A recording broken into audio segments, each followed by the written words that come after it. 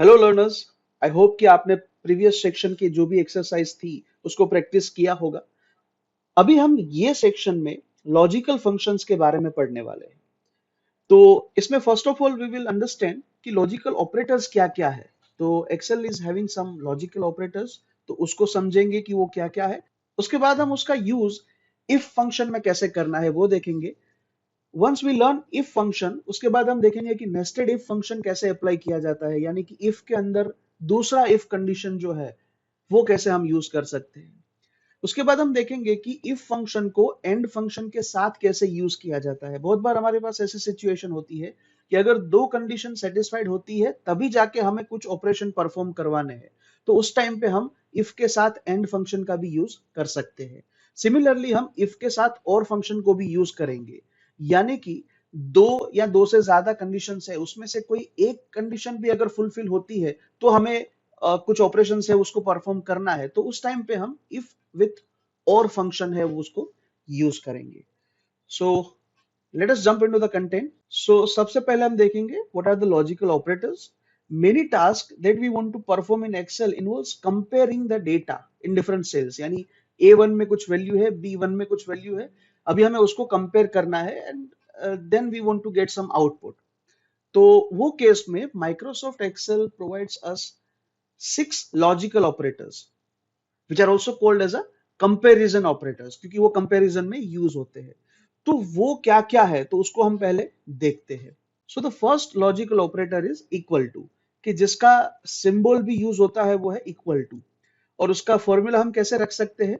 So as usual जब भी हमें एक्सेल में कोई फॉर्मूला अप्लाई करनी है तो उस टाइम पे हम इक्वल टू से स्टार्ट करते हैं और उसके बाद हम सेल का जो रेफरेंस है या फंक्शन है वो टाइप करते हैं। तो यहाँ पे भी हम इज इक्वल टू करके हमारा जो सेल है जिसको हमें कंपेयर करना है उसका रेफरेंस देंगे और फिर इक्वल टू लगाएंगे and then again we will give the next cell की जिसके साथ हमें कंपेयर करना है। तो यहाँ पे एक एग्जांपल दिया है इज इक्वल टू, यानी कि हम जब फॉर्मूला को स्टार्ट करते हैं उस टाइम पे इज इक्वल टू लिखते हैं वो। उसके बाद है A1, यानी A1 में जो भी वैल्यू है वो, and then this equal to operator यानी इक्वल टू का फिर से साइन, और उसके बाद हम लिखते हैं B1, यानी कि B1 सेल में जो भी वैल्यू है उसका कंपैरिजन करना है। तो बेसिकली ये फंक्शन करेगा क्या, ये A1 की वैल्यू लेगा उसको B1 के साथ कंपेयर करेगा, और अगर दोनों सेम है, क्योंकि इक्वल टू वाला जो कंडीशन है तो उसमें अगर सेम है तो ये हमें ट्रू, TRUE कैपिटल में लिखा हुआ ट्रू है उसको रिटर्न करेगा, अदरवाइज ये फॉल्स रिटर्न करेगा। तो ये हुआ हमारा इक्वल टू कंडीशन। सिमिलरली हमारे पास ऐसा भी एक ऑपरेटर है कि जिसमें हम डज नॉट इक्वल टू ऐसा भी चेक करवाना चाहे तो करवा सकते हैं। तो उसके लिए क्या साइन है।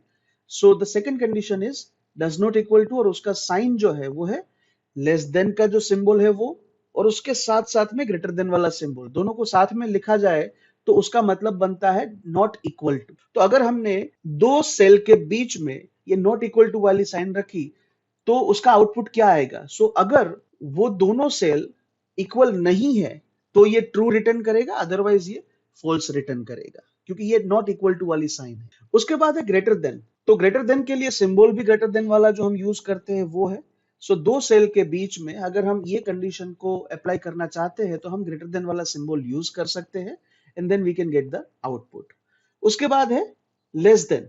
तो लेस देन में लेस देन वाला सिंबल है, तो दो सेल के रेफरेंस के बीच में अगर हम इसको लेस देन वाली जो सिंबल है उसको यूज करेंगे तो अगर ये कंडीशन फुलफिल होती होगी तो ये ट्रू रिटर्न करेगा, अदरवाइज ये फॉल्स रिटर्न करेगा।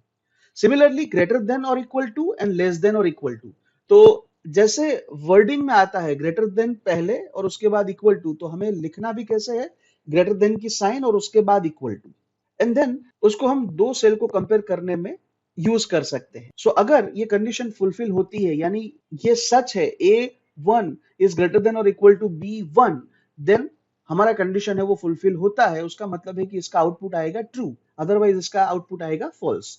सिमिलरली लेस देन और इक्वल टू, जिसमें हम लेस देन की साइन पहले लगाते हैं और फिर इक्वल टू लिखते हैं, और फिर हमें जो दो सेल को कंपेयर करना है उसके बीच में ये जो ऑपरेटर्स है उसको हम लगा देंगे, तो ये कंडीशन है वो चेक करेगा, और अगर ये फुलफिल होता है तो ये ट्रू रिटर्न करेगा, अदरवाइज ये फॉल्स रिटर्न करेगा। तो चलिए अभी इसको देखते हैं कि प्रैक्टिकली कैसे किया जाता है। यहाँ पे हमारे पास कुछ डेटा है जहां पे वैल्यू 1 एंड वैल्यू 2 दिया गया है। सो यहाँ पे हम हर एक कंडीशंस को अप्लाई करेंगे। तो फर्स्ट ऑफ ऑल हम इक्वल टू वाली जो कंडीशन है उसको अप्लाई करेंगे। So I will write down is equal to and then I will give the reference of value 1।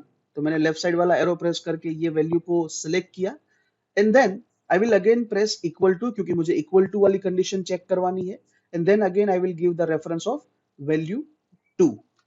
तो ये हमारा फॉर्मूला तैयार हो गया। अब अभी हम क्या करेंगे, विल प्रेस एंटर। तो देखिए ये फॉल्स दिखा रहा है, उसका मतलब है कि वैल्यू 1 एंड वैल्यू 2 जो है वो इक्वल नहीं है। But in case let's say यहाँ पे मैं ये जो 23 लिखा हुआ है उसका 30 करता हूं, then you can see the answer, ये ट्रू में कन्वर्ट हो गया। क्यों? क्योंकि वैल्यू 1 एंड वैल्यू 2 जो है वो अभी इक्वल है। ठीक है, तो इस तरीके से ये चेक करता है। अगर यहाँ पे 23 ही रहने देते हैं और इस साइड में 23 करूंगा, then also it is having the same meaning. तो ये इस तरीके से चेक कर सकता है। Now the second condition that we would like to apply is not equal to। तो यहाँ पे ये जो दोनों वैल्यूज है वो नॉट इक्वल टू है, वो हम देख पा रहे हैं। बट अगर मैं यहाँ पे कंडीशन अप्लाई करूंगा तो इसका आंसर क्या आएगा? सो ये नॉट इक्वल टू वाली कंडीशन इसमें ट्रू आंसर देनी चाहिए। So let us try to do that. Is equal to this 23 does not equal to का जो सिंबल है उसको हमने यूज किया और उसके बाद हमने वैल्यू 2 का रेफरेंस दिया। नाउ जैसे ही हम एंटर प्रेस करते हैं ये ट्रू दिखाता है। ट्रू क्यों दिखाता है? क्योंकि हम उसको चेक करवा रहे हैं कि ये दोनों इक्वल तो नहीं है ना। तो ये बोल रहा है कि हाँ इक्वल नहीं है। बट अगर यहाँ पे मैं ये 30 करता हूं then it will become false. क्यों? क्योंकि ये दोनों तो इक्वल है और हम चेक क्या करवा रहे हैं, नॉट इक्वल टू वाला condition. So this is how it is working. अभी हम ग्रेटर देन वाला सिंबल है उसको यूज करेंगे। तो यहाँ पे मैं फॉर्मूला रखता हूं is equal to value 1 is greater than value 2। ऐसा मैं एक्सेल को पूछता हूं कि वैल्यू 1 जो है वो वैल्यू 2 से ज्यादा है या नहीं। सो अगर ज्यादा होगी तो ये ट्रू बताएगा, अदरवाइज ये फॉल्स दिखाएगा। तो यहाँ पे हम देख सकते हैं कि 23 इज नॉट ग्रेटर देन 30, तो इसके लिए ये फॉल्स दिखा रहा है। अभी हम देखेंगे लेस देन वाली कंडीशन। तो इज इक्वल टू ये वैल्यू 1 को सेलेक्ट किया and then we will use this less than operator and then we will give value 2। तो ये क्या चेक करेगा, वैल्यू 1 है वो वैल्यू 2 से कम है या नहीं। अगर हाँ तो ट्रू, अदरवाइज फॉल्स। तो इसका आंसर हमें ट्रू मिलेगा। अभी हम क्या चेक करेंगे, ग्रेटर देन और equal to and less than और इक्वल टू वाली कंडीशन। तो यहां पे मैं is equal to and then value 1 is greater than or equal to this 30. If yes, then it should return true, otherwise it should be false। तो यहाँ पे देखिए 23 जो है वो ना इक्वल है ना ग्रेटर देन है, इसके लिए ये फॉल्स आया। बट अगर नीचे लेस देन वाली कंडीशन लगाते हैं तो देखिए क्या रिजल्ट आता है। So is equal to this less than और इक्वल टू दिस, और अभी मैं प्रेस करूंगा एंटर को तो आप आंसर देख सकते हैं ट्रू। क्यों? क्योंकि 23 जो है वो 30 से कम है। अगर यहाँ पे मैं 30 का 30 भी करता हूं then also it will come true, because हमने लेस देन और इक्वल टू ऐसा बोला है। So this is how it is working. अभी आपको लग रहा होगा कि इसका यूज हम कहाँ पे और कैसे करेंगे। सो डोंट वरी, ये काफी सारी जगह पे यूज होगा। सो हमारा जो नेक्स्ट वीडियोस है उसमें भी ये काफी सारी जगह पे यूज होगा। जब भी इफ कंडीशन आएगी, नेस्टेड इफ आएगी, तो उस टाइम पे ये यूज होगा। सो कहीं पे भी अगर कंडीशनल चीजें करनी है तो उस टाइम पे ये जो कंपैरिजन ऑपरेटर्स है वो हमें काम में आएंगे।